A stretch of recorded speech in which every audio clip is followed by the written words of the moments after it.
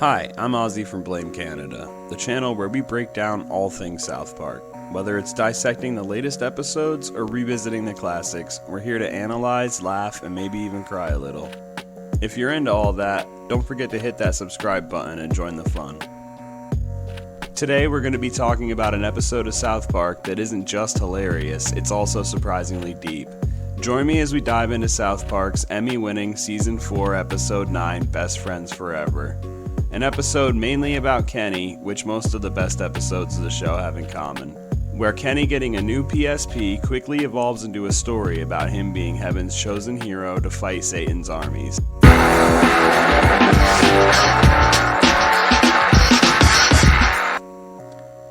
This episode starts off with Cartman trying to get a PSP, making his mom get up early so that he can get one before the other kids at school.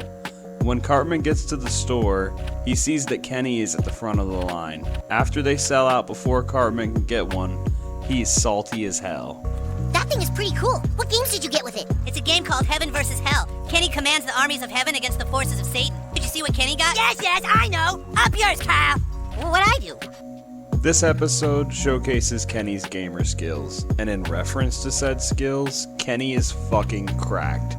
He plays his PSP for many days and nights, and he ends up so goated at the game he got for it, Heavenly Hero, that heaven takes notice.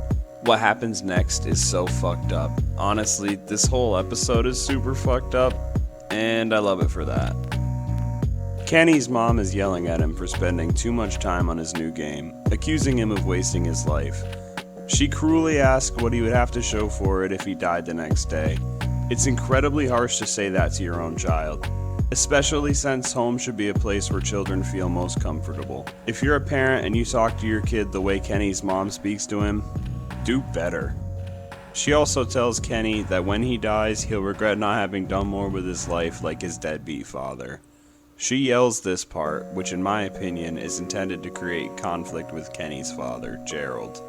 This parallels real life where some people thrive on drama.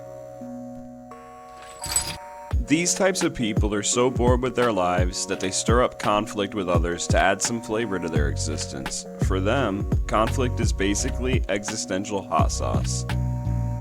Kenny's father, having heard her, yells at her from the other room. Their argument gets worse before eventually, their argument assumably progresses to physical violence. It's played for laughs here. But unfortunately, in real life, there are more people living in unhappy homes than there are people who live in happy households.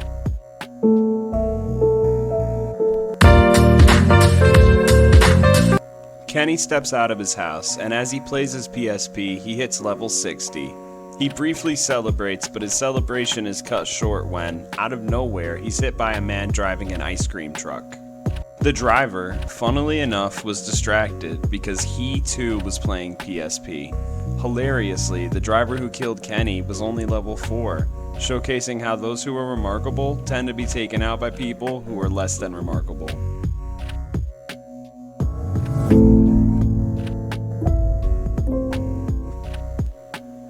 The driver didn't even notice when he hit Kenny. And while the scene is funny, it's a reminder to drivers to pay attention while operating a motor vehicle.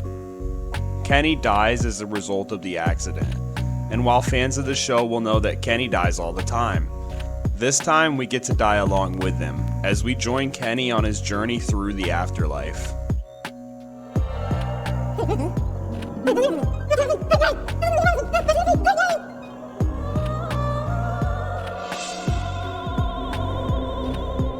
As Kenny approaches the gates of heaven, St. Peter approaches Kenny and welcomes him to the kingdom of heaven, before he tells Kenny, Kenny, you are dead, but your death was no accident.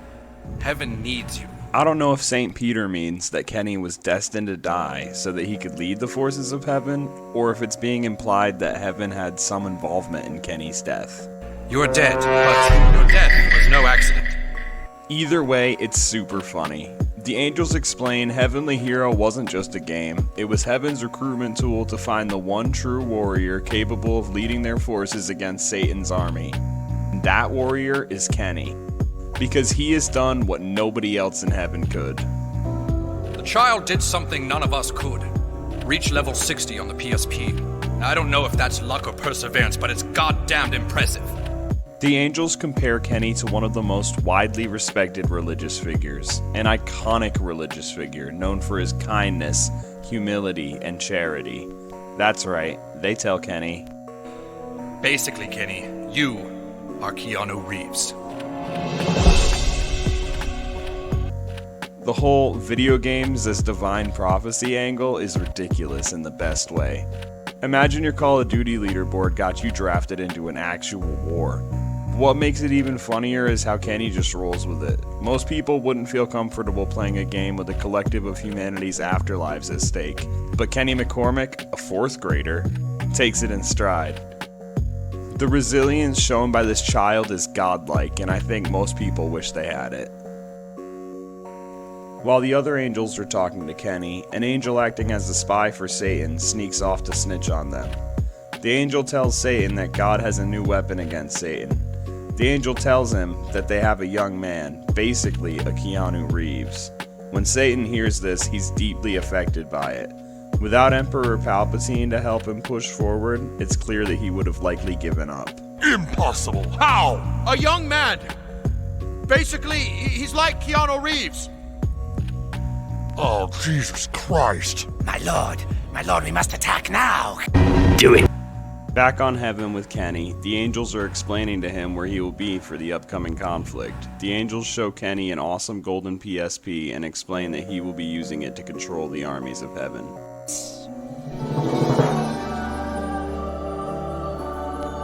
This golden PSP is king of all PSPs. Hail the holy PSP! The PSP works exactly the same way Kenny's did on Earth. All Kenny has to do to save heaven is win a game of Heaven's Hero. Only this time, it's for reals. In the middle of this angelic exposition dump, an angel explains that one of the angels, Gabriel, has returned with news that Hell's army was departing. On the brink of holy war, moments before battle, the angel tells Kenny the fate of the outcome was in his hands, before Kenny fades out of existence, confusing the angel who asks, Where'd you go? Back on Earth, we are shown a doctor with a group of nurses operating on Kenny, who has been legally dead for over a day. When the doctors manage to revive Kenny, they call his parents to give them what must have been shocking news. Their son is alive. We are briefly shown the exterior of the hospital, which with the name Hell's Pass Hospital might seem like it was constructed just for this episode. For the express purpose of killing Kenny. However, the Hell's Pass Hospital is actually a pre-existing recurring location, as it is the only hospital in South Park throughout the show. The tri-tip roof of the hospital being changed to red is a nice touch of satanic imagery though. We know Kenny is now alive, and in the next scene we get to see what that looks like. And while at first it seems as though, as Kenny's father Gerald said, It's a miracle. the reality of the situation isn't exactly a miracle. While Kenny is technically alive, most of his brain cells have died due to lack of oxygen. He's in a vegetative state, kept alive with a feeding tube. When Kenny's mom asks if he will recover, it's revealed that Kenny will likely remain that way indefinitely. The doctor claims with advancements in medicine, they could keep Kenny the Tomato alive with machines for years, and points out that while Kenny can't interact with them, his soul is still here. But his soul is still in here. Almost trapped in here, if you will. Little did that doctor know that Kenny's soul being pulled back into his body was actually a really big problem. Well, we assume that the doctor doesn't know, but we can never really be too sure now, can we?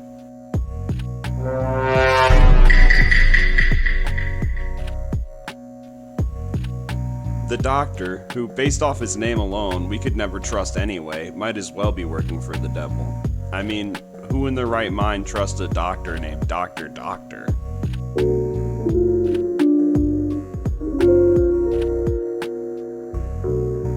In heaven, they are horrified to hear that Kenny's body is being kept alive via a feeding tube and machines because it's not natural, and as they put it, God intended Kenny to die! What are these people doing?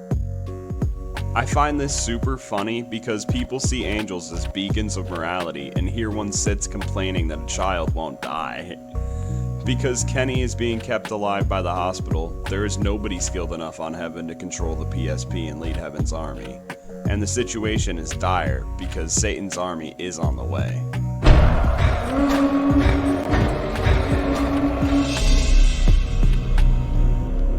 Your army nears the kingdom of heaven, my lord. In the next scene, we see the boys, Stan, Kyle, and Cartman, sitting with a lawyer. Because the boys are children, they ask the lawyer if they're in trouble or something. Which is relatable, because I imagine any 4th grader would be uncomfortable in the unfamiliar situation of being in a lawyer's office. After the lawyer reassures them they aren't in any trouble, he explains that he's going to be reading Kenny's will. As the lawyer starts reading Kenny's will, Stan and Kyle are touched by Kenny's words, which I think is sweet. Like an asshole, Cartman mocks Stan and Kyle for this, before the lawyer reads what Kenny had written about Cartman, leaving him his PSP. Kenny made clear in his will that while he did leave Cartman his PSP, it wasn't because they were friends, and it wasn't because he liked him. It was out of pity, because Kenny felt bad for Cartman. Cartman starts celebrating, showing his lack of empathy, how eager he is to greedily claim the PSP, and how little he cares about the loss of Kenny. The lawyer starts reading the second to last page of Kenny's will, where Kenny writes, "There is one more thing I'd like to ask you all, my friends. If I should ever be in a vegetative state and left on life support, please." Please what? I don't know, I lost the last page. I'm sure that won't be important later. In a grotesque display of greed and a complete lack of empathy, Cartman, still dancing, actually said, "Who cares? Kenny's dead." And as Cartman literally foams at the mouth, close up to the screen, in anticipation of receiving his PSP, someone rushes in and proclaims that Kenny is alive. Watching the greedy joy leave Cartman's face personally gives me satisfaction. As Cartman stands frozen in shock, Stan and Kyle rush to the hospital. It's funny because Cartman was so smug about getting the PSP, in contrast to Stan and Kyle, who were way more respectful. It's less funny in the regard that Stan and Kyle are rushing to the hospital to be met with disappointment, as seeing Kenny in a vegetative state would likely be traumatic for their young minds. In contrast to the humor of Cartman dealing with instant karma, it's actually pretty sad. As we see the armies of hell approaching heaven, you feel the panic of the incoming conflict. The situation's only made worse as the snitch angel from before tells Satan that Kenny's been revived on earth and his soul is no longer in heaven. Satan's response is both hilarious and ominous. Then God is helpless. In the next scene, we see Stan and Kyle making it to the hospital, with Cartman not far behind. When the boys realize that Kenny can't respond, it clearly affects them as their excitement fades away immediately. Cartman, on the other hand, isn't sad. He argues that Kenny isn't alive and tries to show it by waving $1 in his face. Before we get a surprisingly appropriate and reasonable response from Kenny's dad, Gerald, where he says something I think most people with family members in vegetative states or long-term comas would relate to. I don't know if it's right to keep Kenny alive on that machine. I don't know what he would want. Yeah, the lawyer lost that page. Cartman, only concerned with getting the PSP, starts lying his ass off as he says that Kenny told him one time that he wouldn't want to be kept alive by a feeding tube. When Kenny's mom asks Cartman when Kenny said that, Cartman clearly starts to formulate a lie, until Kyle argues that Kenny never said that, and that Cartman is only saying Kenny did so that he can get Kenny's PSP. The boys argue back and forth until Cartman tells Kyle that this isn't about PSP, it's about Kenny and his wishes, saying Kenny didn't want to live like this, before saying, "I'm gonna get that feeding tube removed if I have to go all the way to the Supreme Court!" In heaven, it seems that a Japanese boy is going to take Kenny's place as the chosen one because he made it to level 59, although they remember this is impossible because Japanese people don't have souls. Cartman actually takes this issue to the Supreme Court and campaigns to pull the plug so that he can claim the PSP. While Cartman is in court, he explains that he was Kenny's BFF and told the court that Kenny didn't want to be kept alive artificially. Under court order against the family's wishes, Cartman has Kenny's feeding tube removed. Pull the feeding tube, Doctor. No, Doctor, you can't! I'm sorry, I have no choice.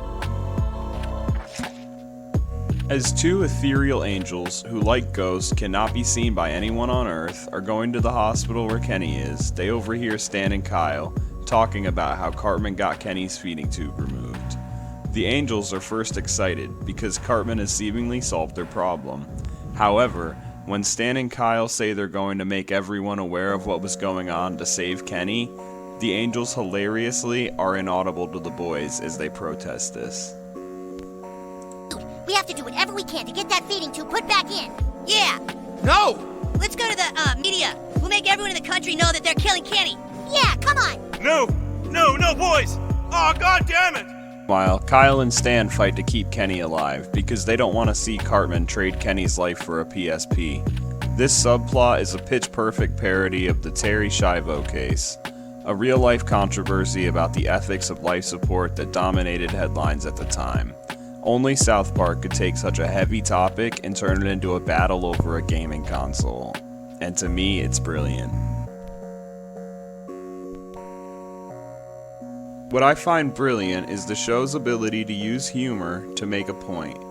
The televised debate over Kenny's life becomes so absurdly petty that it highlights just how ridiculous the real-life media frenzy was.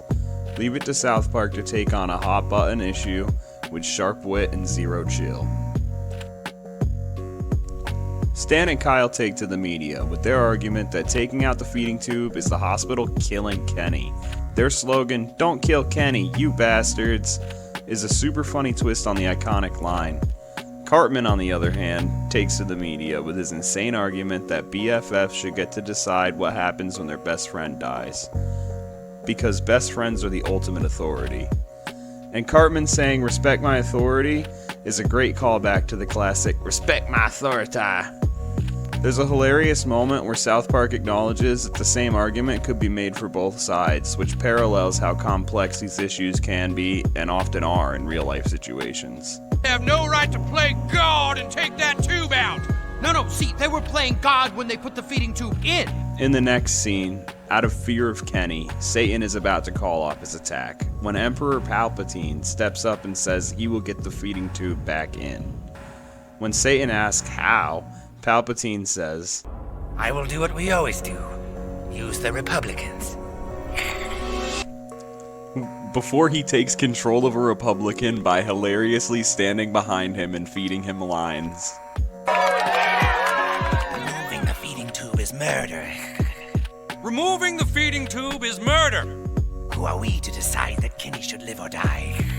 Who are we to decide that Kenny should live or die? As we see Hell's army mounting at the gates, it's clear that the final battle is coming soon. And after all of this build-up, I bet it's going to look sweet.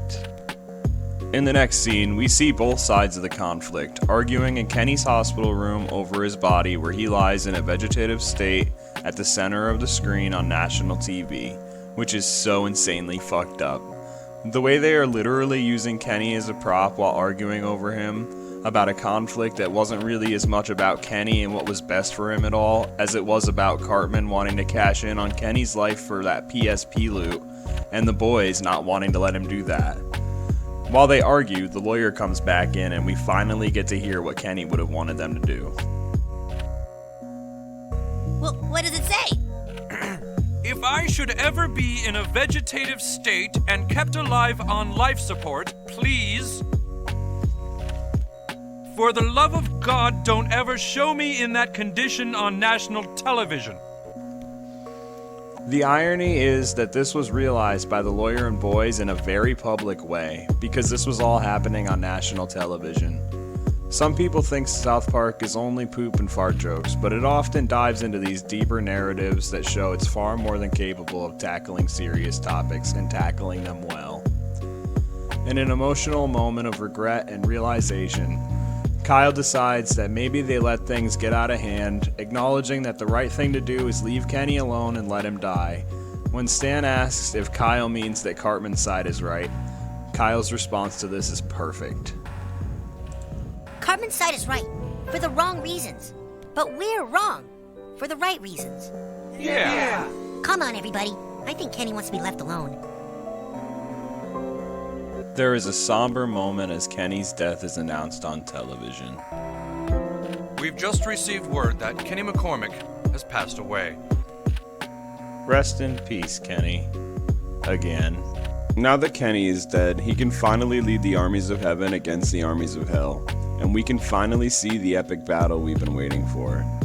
Hilariously, the battle is never actually shown on screen. Instead, we just see the angel describing the battle in front of him, out of our view, while Kenny goes ham on the PSP. Oh, they're bringing in their demon dragons! Look at the size of them! My god, this is even bigger than the final battle in the Lord of the Rings movie! As Kenny was winning the fight, Satan decided he wanted to retreat, and as usual, Palpatine tries to stop him. Satan wasn't taking any more of Palpatine's shit, and in a fit of rage, he kills him, and we find out that Palpatine's real name was actually Kevin. Oh, Kevin, that's it. I'm breaking up with you.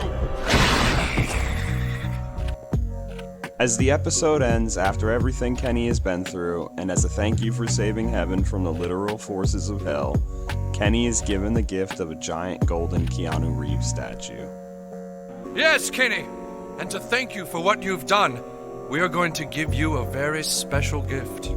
For saving the entire universe from the forces of evil, we give you this Keanu Reeves statue. And what a gift it is. I don't know a single person who would turn down that much gold, plus a piece of Keanu Reeves art that impressive. I'd say that much like Kenny, it's worth its weight in gold. Kenny's sacrifice to save humanity is touching and heroic. At the same time, his simultaneous predicament on Earth serves as a scathing critique of how personal tragedies can become political battlegrounds. It's heavy stuff, but South Park handles it with their signature balance of humor and heart. If you ask me, this episode has it all. What's your favorite moment from Best Friends Forever? What episodes would you want to see the Blame Canada channel tackle next? Let me know in the comments below. I answer all of my comments. If you suggest an episode to me in the comments, you might see it posted soon after. Before you go, don't forget to like, subscribe, and hit that bell, so you don't miss any of our deep dives, breakdowns, or character analysis videos. Thanks for watching Blame Canada. Until next time, keep your friends close and your PSPs closer. And don't forget to respect my authority. Oh, and I'm not fucking Sarek Hartman.